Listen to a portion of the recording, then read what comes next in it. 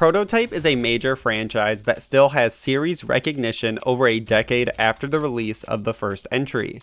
The Prototype franchise has been very quiet for the past 5 years, and during that time, community members have started to discuss what the future of this series is. So let's break down where is Prototype 3 and if it is even possible for us to see a follow-up to this fan favorite franchise. As always, all the sources will be linked in the description below, so make sure to check those out and support. And with that out of the way, let's get into where is Prototype 3.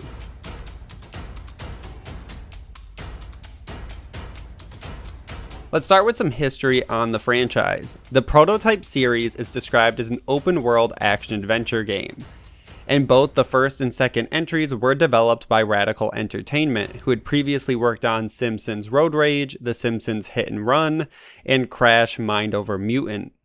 And after they finished Crash Mind Over Mutant, they were able to start working on their first original IP, Prototype. Up to this point, Radical was a part of Vivendi Universal, which in 2008 merged with Activision to form Activision Blizzard, and Radical was brought over as part of this deal and became a developer for Activision Blizzard.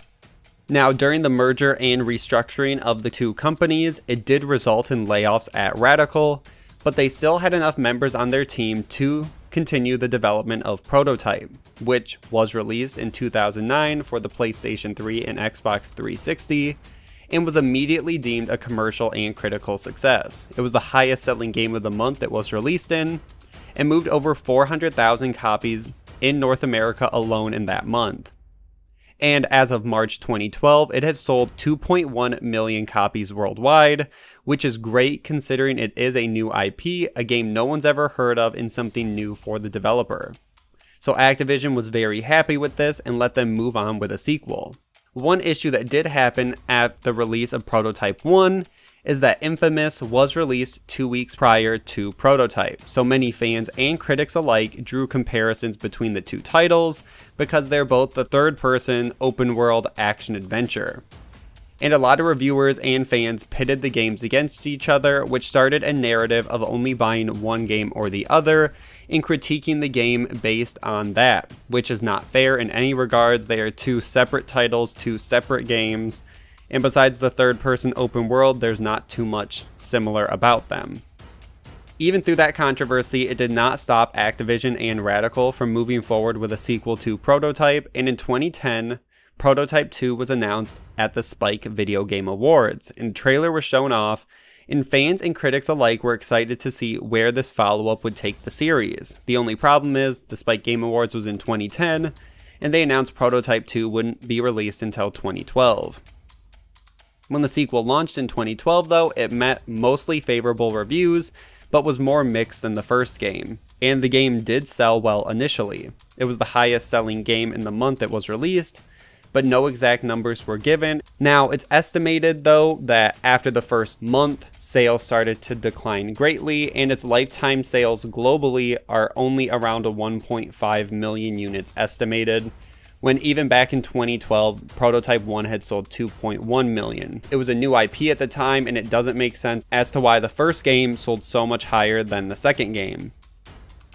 The repercussions of the lack of sales were realized just a few months later. In June of 2012, Activision Blizzard effectively shut down Radical Entertainment. Activision's official statement said, quote, "Although we made a substantial investment in the Prototype IP, it did not find a broad commercial audience. Radical is a very talented team of developers. However, we've explored various options for the studio, including a potential sale of the business, and have made a difficult conclusion through the consultation process that the only remaining option is a significant reduction in staff. As such, some employees will remain working for Radical Entertainment, supporting other existing Activision Publishing's projects, but the studio will cease development on its own games going forward." Now, one important statement in this release is the mention of not finding a broad commercial audience, and the sales numbers we do have support that. The first game was a massive success, and the second one really never found its footing in the industry and was a big stumbling block for the developer and the IP. Also, having it constantly being compared to Infamous was not fair and definitely put a shadow on Prototype. along with the fact that the studio had already faced layoffs during the merger and most of their past games were film tie-ins. It did not help their case for staying open separately, especially when the film tie-in game market was not pushed as heavy currently as it was during the early 2000s. Now, as for Prototype moving forward, the franchise isn't dead completely. In 2015, both the first and second Prototype games were bundled together and updated for the PS4 and Xbox One. It was not a true remaster, but it was slightly updated, but even that caused some problems. Digital Foundry ran some tests and saw that the games actually ran better on PS3 and Xbox 360 than they did on the updated consoles. So there were problems with the port, it wasn't a true remaster, and fans weren't really happy about how this was released. Some speculation at the time thought that Activision was using this to test the waters for revisiting the series, considering it had been since 2012 when the last entry was released.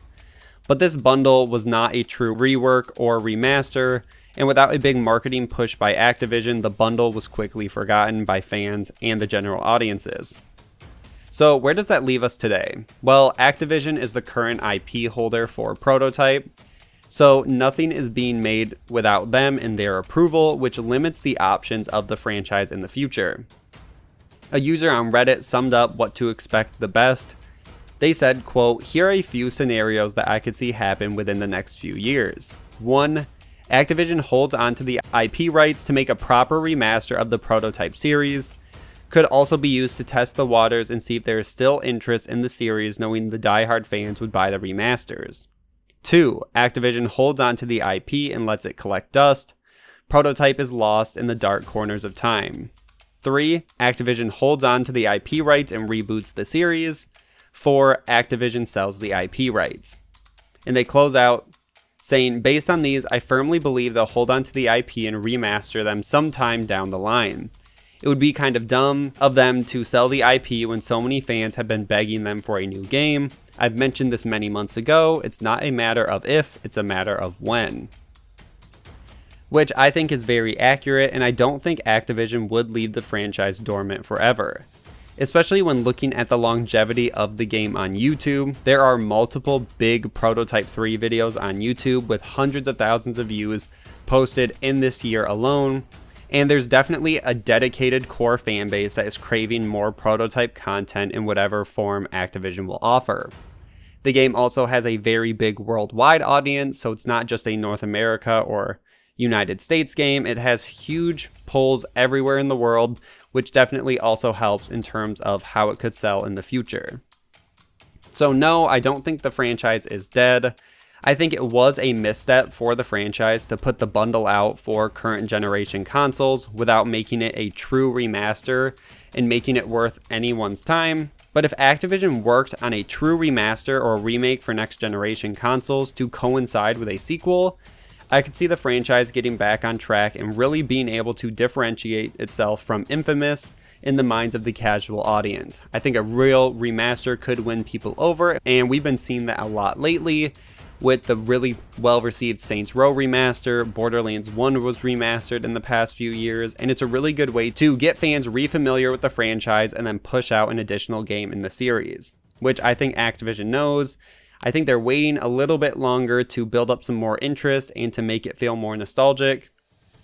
And I think that's why we haven't seen Prototype 3 yet.